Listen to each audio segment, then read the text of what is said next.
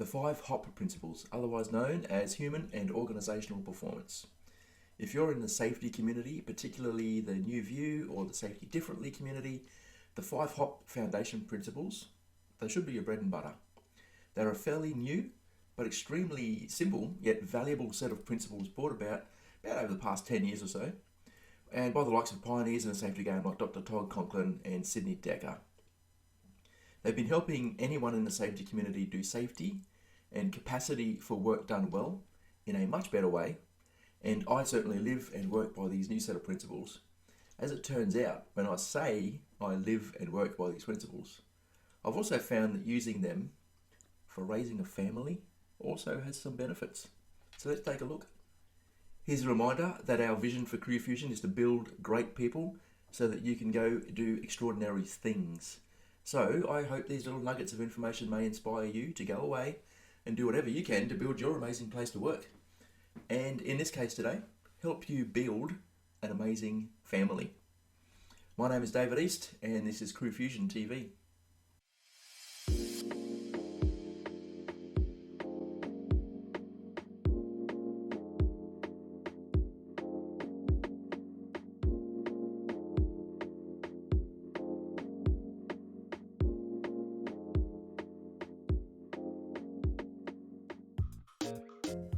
Safety in the workplace is a dynamic and challenging activity that requires constant learning and adaptation. As safety professionals, we play a significant role in shaping the outcomes of work done well in our organisations, and it's really crucial to approach it with humility and a learning mindset, right? Parenting, as it turns out, is also a challenging yet rewarding adventure that requires constant learning and adaptation.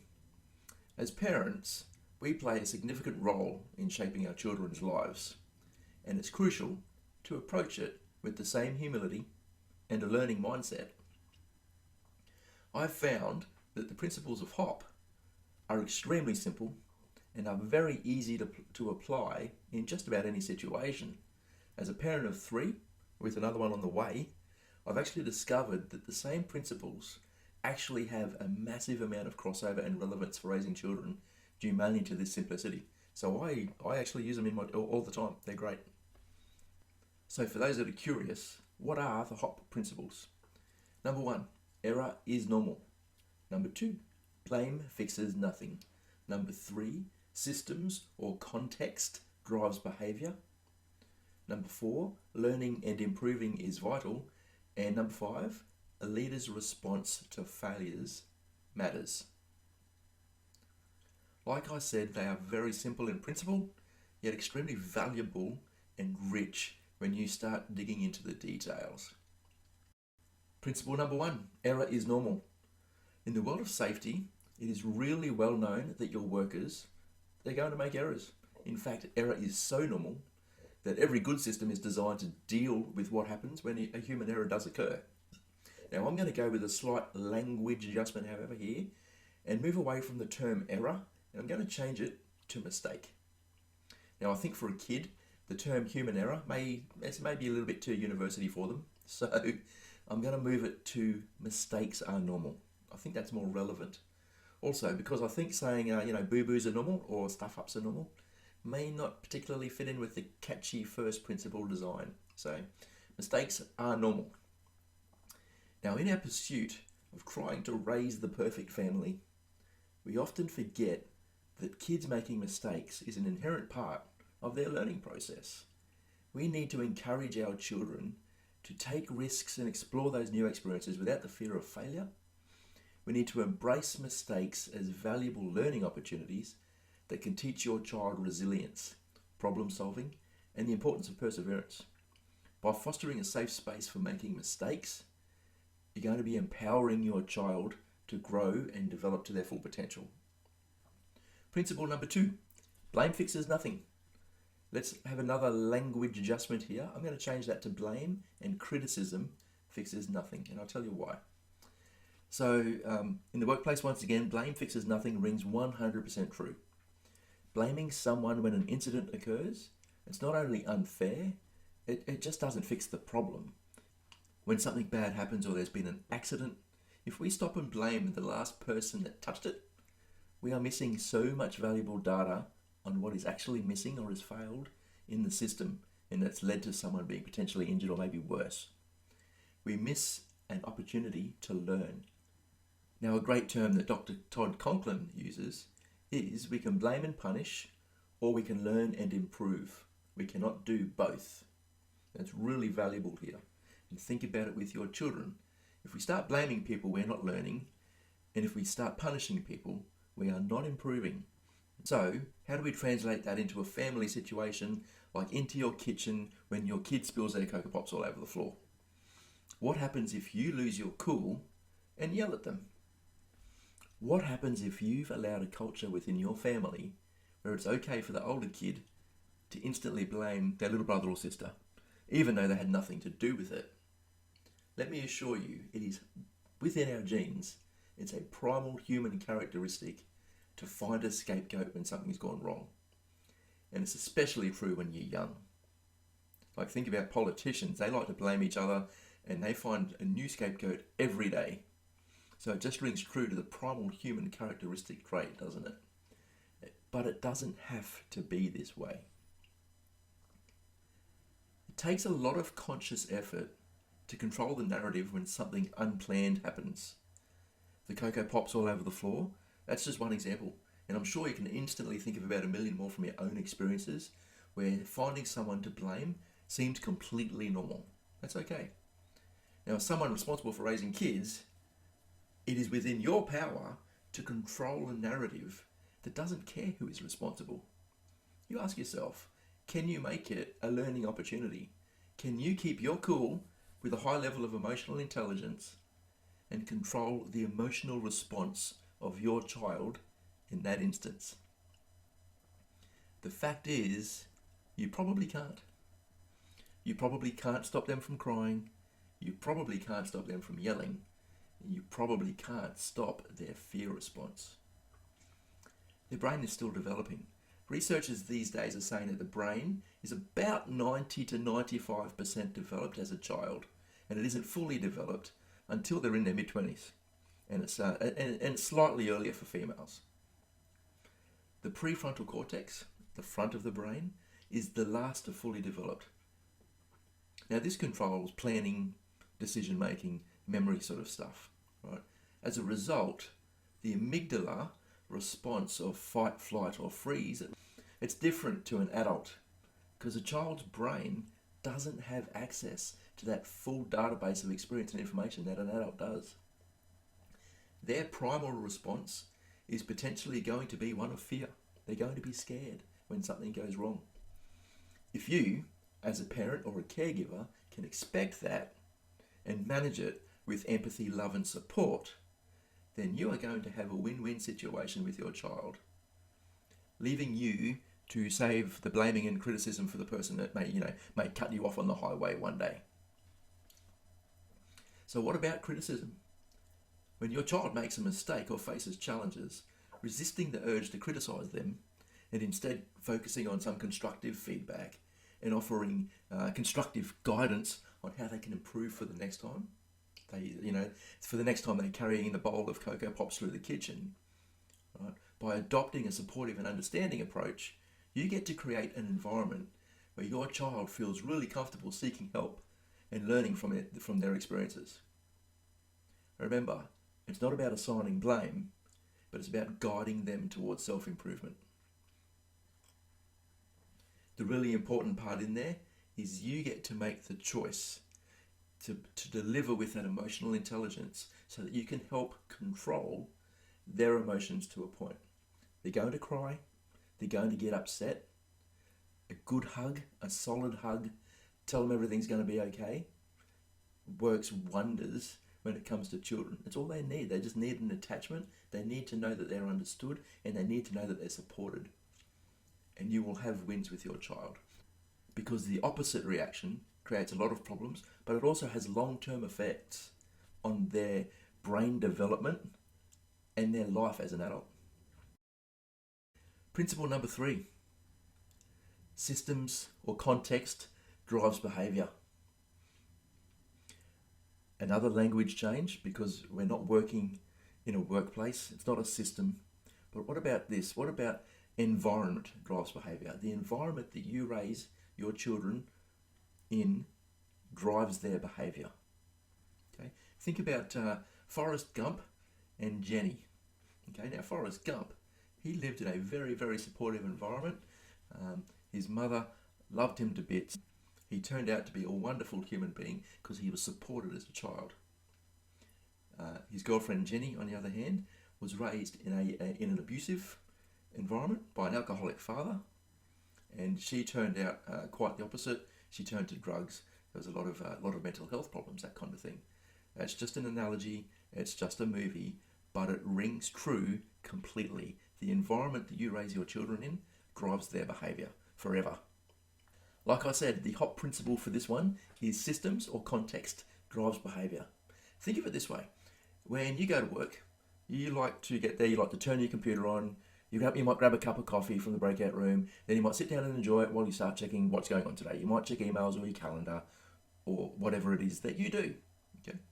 What happens if when you get there, your computer's broken and it won't log in? Or the primary software tool that you use, it's down and it doesn't work and you need to ring help desk to get it fixed. Let's say on top of that, the coffee machine is broken, you can't make your cup of coffee. Okay, this is starting to be a really bad day, isn't it? Right. Now, what's your behavioural reaction going to be? What's it going to be like? I know what mine's going to be. It's going to be, this is crap. I hate this place. Why can't we get this stuff fixed? You know, how can they expect us to work under these horrible conditions? You know, it's that kind of thing. So your behaviour is going to be relative to the system that you're working under. It's going to change because of those things that aren't working. But what if you have a great system where failures like that are fixed quickly or they're anticipated, and you know there's preventative maintenance put in place so it doesn't really affect the daily role of people rocking up to work in the morning? They don't have that issue, right? Those preventative measures are taken to prevent those kinds of failures, and they just don't affect the frontline worker, right? Now that's a system I like to work in. I would love to work in that, and that's a perfect world scenario. But I hope you get my drift when it comes to systems and context drive behaviour. Another way, think of it, your car. If you've got an old car, it's an old clapper, it barely starts in the morning, it leaks oil, it blows smoke, okay? Your behaviour is going to be affected by that car, okay? You're going to be like, come on baby, just start for me, let's go one more time, all right? And when it starts, you're going to be like, yes, I can't believe it started. And then as you're driving down the street and you're blowing smoke out the back and everyone's looking at you really weird, you're like, okay, your behaviour is being adjusted. However, if you've got a brand new car, you push the button, starts every time, the aircon works, you know, the Apple AirPlay plugs straight in, there's no problem, it's bliss. Your behaviour is 100% going to be different. Now let's have a quick chat about the human side of systems or context or environment drives behaviour. What if you go to work and your work environment is not supportive? No one likes each other, you know, there's no respect. The boss or your leaders or your management chain, they're all narcissists. You know, what if it's completely okay to rock up to work under the influence of drugs or alcohol and no one cares? How's your behaviour and your performance going to be affected by that? The environment in which your child grows plays a significant role in their behaviour and overall development too. If there's drugs and alcohol or even domestic violence, there's every chance that your environment is going to affect your children and their overall behaviour. However, if there's a caring, compassionate, there's empathy, there's a learning culture, it's a healthy environment, your child's behaviour is definitely going to trend towards being a positive one. By creating a nurturing and positive environment that promotes healthy habits, strong values and respect for others, and surrounding your child with positive role models, that provides them with opportunities for growth. It fosters a sense of belonging and security. You can influence your child's behaviour and you can help them thrive. And so the environment that you raise your kids in drives their behaviour.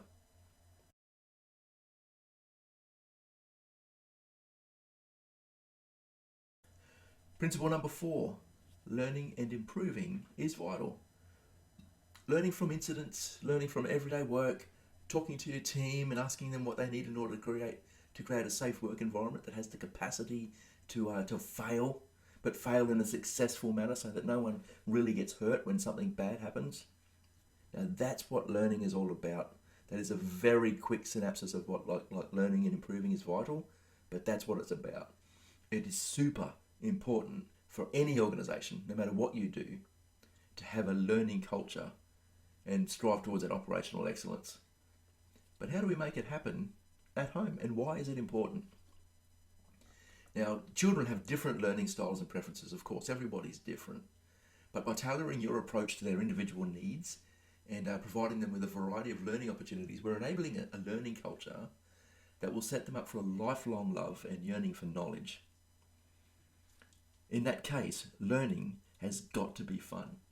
It's got to be challenging, and it's got to be good for them. Now, when something goes wrong in your house, whether it's spilt Cocoa Pops or the kids drawn on the wall with the crayons, if we can consciously frame negative reactions as learning opportunities, we get to cultivate personal growth and resilience. And what this allows you to do is navigate future challenges with much greater wisdom and much greater maturity. By shifting our perspective to the best learning method, you get to extract meaningful insights. You get to develop better coping strategies, and you get the opportunity to enhance your level and your child's level of emotional intelligence. When we can view negative reactions as learning opportunities, we foster a growth mindset. It encourages us to embrace challenges as stepping stones towards self-improvement rather than roadblocks to our progress. So the key point out of learning and improving is vital. When something goes wrong, frame it to the best of your ability as a learning mission, not as a fear mission. That's really important. Hot principle number 5, a leader's response to failure matters. I'm definitely going to take the leader's bit out of this because you don't have a leader in your house. Sure, you have a figure that is effectively in charge, but this is an adult's response to emotions matters. Everyone who has a stake in raising the children in your house, and when I say children, I'm talking every day from day 0 to young adults in their early 20s, and maybe even older, right? Everyone who has a responsibility to raise those children, your response to their emotions matters. I've also changed it, obviously, from failure to emotions. And the reason for that is we don't want to frame anything that happens as a failure. You know, that language instantly may raise the impression that your kids are failures, and they're not. We know that. But when something does go wrong in their lives, and society at large may see that as a failure, as parents and caregivers, we need to see them for what happens immediately after that event. And that will be some sort of emotional response. It'll be a positive one or a negative one. Our response to that emotion is what really, really matters, and that's what we're going to talk about for a sec. Now, if you read any textbook, it will tell you that children often struggle to manage their emotions effectively. As a parent or caregiver, your response to their emotions is crucial in teaching them healthy emotional regulation. We need to create a safe space for your child to express their feelings without judgment or dismissal. By validating their emotions, by teaching them empathy, we provide them with the tools to cope with really difficult emotions. By modeling healthy emotional responses, you equip your child with essential skills to navigate life's challenges. This is, of course, completely accurate. Now, what does it mean? Why is that the case? And how do we deal with the large emotions?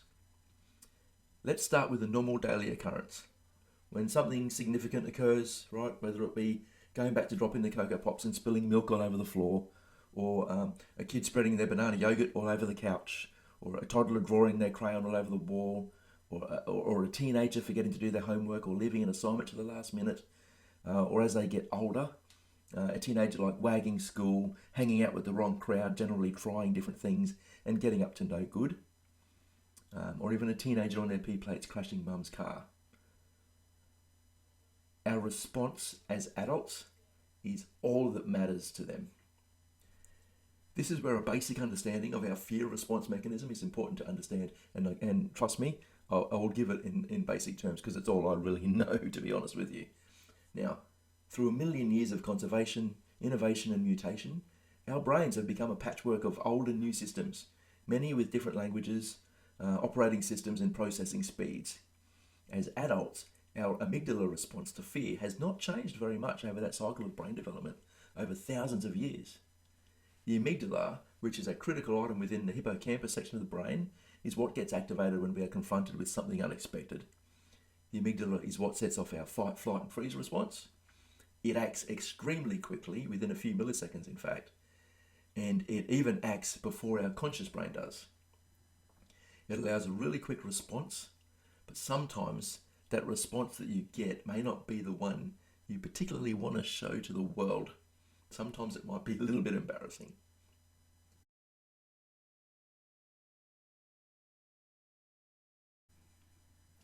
So place yourself in each one of your child's shoes. When they've done something they perhaps shouldn't have done, our initial response may vary depending on a lot of factors on that day. It may depend on your mood, your patience, your attitude to life in general, right? Now, while it may be easier and it rolls with a natural response to something going bad, we may lose our temper, all right? And you may instantly have a fight response. That's okay, it's completely normal. But it may result in you yelling at your child, no matter the surroundings. And that's something you may regret later, and it's something that the child will remember really deeply for quite a long time. Another response you might have a flight response. Who's ever seen like a parent in a busy shopping centre like completely freak out when their kid has a tantrum and starts rolling around on the floor, or they knock a row of cans on the ground, or makes, you get this orchestra of unwanted noise, and they oh my goodness, they freak out. They quickly grab their kids' hands while they're yelling at them, and they just want to leave the scene out of total embarrassment. Okay, now that's a flight response. Just get me out of here. I don't want to be here. Also, completely normal. It happens all the time. Another way you can respond, you can freeze, right? You've been compromised by something going completely bad, you don't know what to do, and your amygdala set off, like, it has a bit of a meltdown. The scientific term, you have an amygdala hijack. Now with the fight and flight response, what happens is your amygdala releases epinephrines into your body, right? Which, big picture, it gets more blood to your extremities. Oh yeah, it sends more blood and oxygen to your arms and legs, and it sets you up to literally be able to fight or run. Okay? The freeze response, however, is a failure for this to occur. You don't get the epinephrine, you don't get the adrenaline, you don't get the rush of blood and essential oxygen to your arms and legs. It doesn't happen, and you just freeze. Okay, that's your amygdala hijack. You don't know what to do. It may take some time to get over it. It might take a few seconds, it might take a minute, but eventually you will recover. Okay, now that's the freeze response. It can happen to anyone, anytime, any day, when something fairly big or something startles them happens. Okay. Now the most important part to remember about an adult's fear response, or their startle response to something going very bad, is that besides being completely random depending on the person in the situation, and besides the fact that not everyone has our shit together, and the most important point to remember is that a kid's response to the same event happening will be completely different for a number of reasons. Firstly, and most importantly, their brain isn't fully developed. We talked about that. The female brain isn't fully developed until the early 20s, from 19 to the early 20s, while us boys need to wait a little bit longer, well into our 20s, in fact. When I say our brains aren't fully developed until this stage, I'm primarily talking about the frontal lobe, the prefrontal cortex, and as we said, it's our primary decision-making zone. And plan, that's where we plan things. It's where we draw on memories and plan our day, plan life, okay?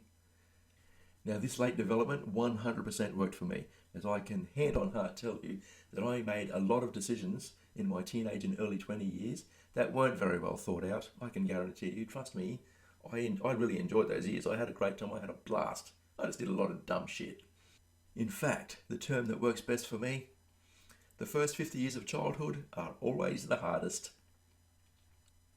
So we've been reminded about the very basics of how brain development works for young children, teenagers and young adults. we need to have an understanding of what their response to failure is going to be like. It's going to be completely nuts, all right? It's not going to be what you expect, what you prefer, and what doesn't cause you years of embarrassment. We're going to have to expect some pretty huge emotions, especially with younger children. Now I'm going to give you a quick quote from one of my favourite books. It's called Why Therapy Works by Louis Cozolino. It's a great book and I love it. I've read it a number of times. And a shout out to Ian Carts. Thanks for lending it to me because it changed my life. It's amazing. Thank you. Now here's the quote. During the first year of life, parent-child interactions are mainly positive, affectionate and playful. As infants grow into toddlers, their increasing motor abilities, impulsivity and exploratory urges lead them to plunge headfirst into danger. The unconditional affection of the first year gives way to loud exclamations of no, or don't, or stop, and a shift in the use of the child's name from a term of affection to a command or a warning. Now, this parent-to-child warning mechanism seen in many animals is designed to make children freeze in their tracks in order to protect them from predators and other dangers. This freeze response is reflected within the autonomic nervous system by a rapid transition from sympathetic curiosity to parasympathetic inhibition. So when a parent yells at a child with best intentions of protecting them by saying stop or don't do that, we are preventing their curious nature and installing an inhibiting system that prevents learning and development. So, as an adult, how do you deal with that? This is where you may have a choice. While your amygdala response is instant and doesn't necessarily rely on all of the great information and experience that you have waiting in your prefrontal cortex, your response immediately after that is completely within your control. Now let me tell you a little bit about myself. I'm a loadmaster and I've been a flight engineer in the Air Force. So I've had the great opportunity to fly around in planes for the best part of my life. It's been wonderful. One of the things we do as aircrew is we get trained in how to deal with emergency situations all of the time. Okay. Now pilots up the front of the plane, they're flying the plane. Now they go one step further and they're trained to deal with the startle response. And this is pilots worldwide. The startle response is really important. It's the startle response. What is it? It's the one where everything is going along just swell. Life's grand. You're flying along. Everything is well. Then suddenly, bang! Something big happens. It might be an engine failure. It might be a fire alarm. It might be an engine fire. You might have hit a massive turbulence pocket. You might have hit a bird. Now, these are all things that startle a pilot. What's their response going to be like? Now, history tells us that some pilots have actually done some pretty silly things after that startle. They've shut down the wrong engine. They've left the plane with no usable engine power or thrust because they shut down that wrong engine. They've overreacted in some way and made the situation worse. And the planes have crashed. It has happened so many times. So these days they train pilots and aircrew to deal with startle. What to do when something goes bang. Now, do you want to know what it is? It's pretty tricky. All right, the first steps, are you ready for this? All right, here's the first thing you do when you are startled. You do nothing. You do absolutely nothing. You don't say anything. You definitely try not to scream. You don't pull the fire handle. You don't grab your kid by the arm and run away. You don't yell at them. You just breathe. You just breathe. In fact, let's get really scientific. If you take a good solid 3 to 5 big deep breaths, something magical really happens within your body. What does it do? Now, besides giving you a lot of time to think, you've just bought yourself 5 to 10 seconds. Now, that's a lot of time to ponder what your response is going to be, what your next reaction is going to be. Now, it also allows your blood, and therefore your critical oxygen supply to your body, go to the places that Mother Nature has deemed best. Now, primarily, it has oxygenated your brain. It's sent a bunch of oxygen to your brain where it's required for you to make some good decisions. Those few breaths have given you the best opportunity to deal with whatever your child has just done to trigger your response. So this is where it's completely within your control to make a choice where an adult's response to emotions matter. Now, another very important aspect of why an adult's response to emotions matters, from the HOP principle of a leader's response to failure matters, this plays out in the work environment where if something goes wrong and a leader loses their cool and responds in a very bad way, now that sets up a very complex range of conditions for the team that is lucky enough to work under that person. They may see that leader as toxic or narcissistic, which of course leads to all kinds of workplace drama. The leader's response may lead to no one willing to go to them with their real problems anymore because it just didn't work out last time they did it. So they're not going to report any problems. They're not going to go to ask them for help. And they're definitely not going to go to them when things are going right. Okay. Now the same thing goes for parenting. If your response to your child doing something wrong is generally a bad one that sets up some sort of fear response in your child, they are going to remember that. It's locked in their developing memory. And they don't understand why. And they don't understand why they're always getting yelled at. They just know they don't like it. And that's it. It's as simple as that. Now, there's a lot of research about what it means for a child's brain development when they're raised in an environment where their developing amygdala is overstimulated due to fear response to being yelled at all the time. Let's just say from that research, it's not a very good thing for children to have to deal with. According to the book, Why Therapy Works, a child that gets yelled at and has a fear response every time they do something wrong, that leads to a much greater risk of them developing social anxiety and mental health issues as adults. That's really important to remember. I'm going to give you another quote from the book. Here's another one of my favourites. Misattuned parents, brutal social systems, war and prejudice can have a tremendous impact on early brain development. For most of us, these memories remain forever inaccessible to conscious consideration or modification. We mature into self-awareness years later, having been programmed by early experiences with feelings, perceptions and beliefs that we automatically assume to be true.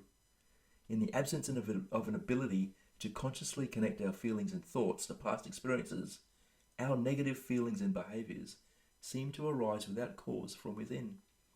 We are left to make sense of our confusion, fear and pain with negative attributions about ourselves and the world based on biased and inadequate information. That all comes from being yelled at a lot and having a fear response every time they did something wrong as a child. My goodness. To finish off the quote, as adolescents and adults, we seek therapy because we find ourselves unable to form meaningful relationships, manage our emotions, or feel worthy of love. That's because of their parents? Wow. It's of course a reality that whatever occurs to us and how we're raised as children leads to what type of person we are going to be when we become an adult. Of course it will. So a parent, a caregiver, a big brother, big sister, cousin, auntie, uncle, great-grandparent, grandparent, whatever. Anyone that has some responsibility for raising children, the choices we make are so vitally important when it comes to the emotions that our children throw at you. We are the ones that get to control the response. We are the ones that have the responsibility to provide a learning response, or a coaching response, an empathetic response, or a developmental response. An adult's response to emotions matters so much. And look, one more thing. It's not just the biggest of emotions that we're talking about here, or the negative emotions. Okay? It's all emotions. What if your child is feeling happy, elated, excited, proud, playful, inquisitive, sensitive? All right? Or the opposite. What if they're feeling inadequate, overwhelmed, helpless, nervous, rejected, let down, threatened, jealous, ridiculed? There's so many emotions that we go through as humans. Our response to all of those emotions matter as well. We matter to all of their emotions. It's like recognition. When a child does something fantastic, if the recognition response that we provide isn't adequate for them, they will also remember that. Or if you don't say anything at all, that's actually worse than not. That's actually worse than a negative response, because they don't think that their parents care about them and appreciate the great things that they've done. That is also equally as damaging as a negative response to failure. It's ridiculous. So thanks for listening today. It's been amazing. Just a quick wrap up. So the 5 hot principles being remastered for parenting. Okay, mistakes are normal. Blame and criticism fixes nothing. Environment drives behaviour. Learning and improving is vital. And an adult's response to emotions matters. What do you think? Please let me know what you think. Please write down something in the comments. Let us know your thoughts. Let us know if you have any questions. I'll be more than happy to help answer them. I am no expert by any means when it comes to raising children. My only experience is raising my own 3 children that I have. For info, I've got 2 older children, they're in their 20s, and I've got a new 5-year-old. And like I said at the beginning, I've got another one just on the way. Okay, so soon to be a father of 4. That is my experience, raising 4 kids in different ways, shapes and forms. It's been fantastic. I've loved every bit of it, okay, for the bit that I've been able to do. Okay, that is my experience. But like I said, if you've got any questions, let's talk about them. I'd love to start the conversation. Okay. Please do all the normal things as well. Subscribe, add a like, whatever it is that you'd like to do. Just in conclusion, parenting is an adventure.